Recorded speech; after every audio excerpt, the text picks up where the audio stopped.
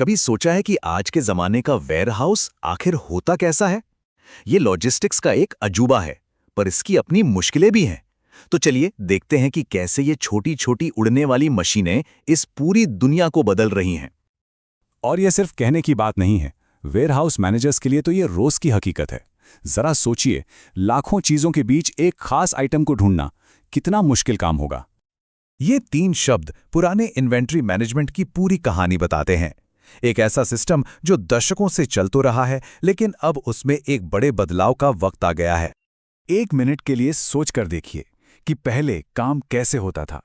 कर्मचारी scissor lift पर 40 feet ऊपर चढ़कर कांपते हुए बारकोड स्कैन कर रहे हैं, या फिर पूरी की पूरी टीम अपना वीकेंड लगाकर हाथ से एक एक सामान गिन रही है।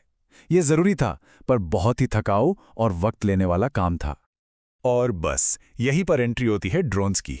ये कोई खिलौने नहीं है, बल्कि ये एडवांस्ड ऑटोमेटिक मशीनें हैं जो इन पुरानी मुश्किलों का एक मॉडर्न हल लेकर आई हैं। तो ड्रोन से जो क्रांति आई है ना, वो 3 मेन एरिया में सुधार लाती है। चलिए एक एक करके इन्हें समझते हैं। सबसे पहली और सबसे बड़ी बात, टाइम। जहां इंसानों की पूरी टीम को दिन लग जाते थे, एक अकेला ड्रोन वही काम कुछ घंटों में निपटा देता है। इसका मतलब अब साल में 1-2 बार नहीं, बल्कि रोज या शायद हर घंटे स्टॉक की गिनती हो सकती है। अब स्पीड तो है ही, लेकिन उसके साथ जो सटीकता आती है वो कमाल की है। ड्रोन 99.9% तक सटीक होते हैं। क्यों? क्योंकि वे थकते नहीं, उनका ध्यान नहीं भटकता। इससे इंसानी भूल की गुंजाइश लगभग खत्म हो जाती है और स्टॉक आउट या गलत शिपमेंट जैसी महंगी गलतियों से बचा जा सकता है। पर शायद इन सबसे भी बड़ा फायदा है हमारे लोगों की सेफ्टी। अब किसी को भी 40 फीट ऊपर भारी मशीनरी चलाने का जोखिम नहीं उठाना पड़ेगा। ड्रोन्स एक खतरनाक काम अपने ऊपर ले लेते हैं, जिससे गिरने या किसी भी तरह की दुर्घटना का खतरा बहुत कम हो जाता है। लेकिन रुकिए, जैसा कहते हैं ना, हर सिक्के के 2 पहलू होते हैं। ड्रोन को अपनाना इतना सीधा साधा भी नहीं है। इस टेक्नोलॉजी को लागू करने में कुछ असली दिक्कतें भी हैं। इसमें 3 बड़ी चुनौतियां हैं।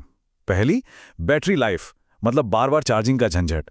दूसरी, वेयरहाउस के अंदर नेविगेशन, जहां जीपीएस काम नहीं करता। और तीसरी, हाँ, शुरुआती खर्चा, जो कि काफी ज्यादा हो सकता है। तो क्या इन दिक्कतों का मतलब ये है कि ड्रोन का आइडिया यहीं खत्म हो जाता है?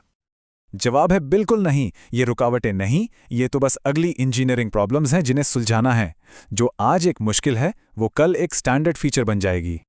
और बात सिर्फ गिनती तक ही खत्म नहीं होती, कहानी तो अब शुरू हो रही है। ड्रोन सिर्फ इन्वेंट्री गिनने के लिए नहीं है, इनका भविष्य तो और भी बड़ा है।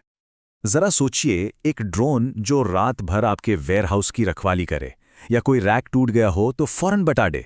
ये ड्रोन सिक्योरिटी गार्ड भी हैं, जासूस भी और इंस्पेक्टर भी, सब एक में ही। तो भविष्य का वेयरहाउस कैसा दिखेगा? वो एक टीम की तरह काम करेगा। ड्रोन ऊपर हवा में यानी वर्टिकल स्पेस में नजर रखेंगे, नीचे जमीन पर यानी हॉरिजॉन्टल स्पेस में ऑटोमेटिक रोबोट सामान को यहां से वहां ले जाएंगे। और हम इंसान, हम होंगे इस टीम के कैप्टन, जो रणनीति बनाएंगे और बड़ी समस्याओं को हल करेंगे। तो आखिर में सबसे बड़ी बात क्या है?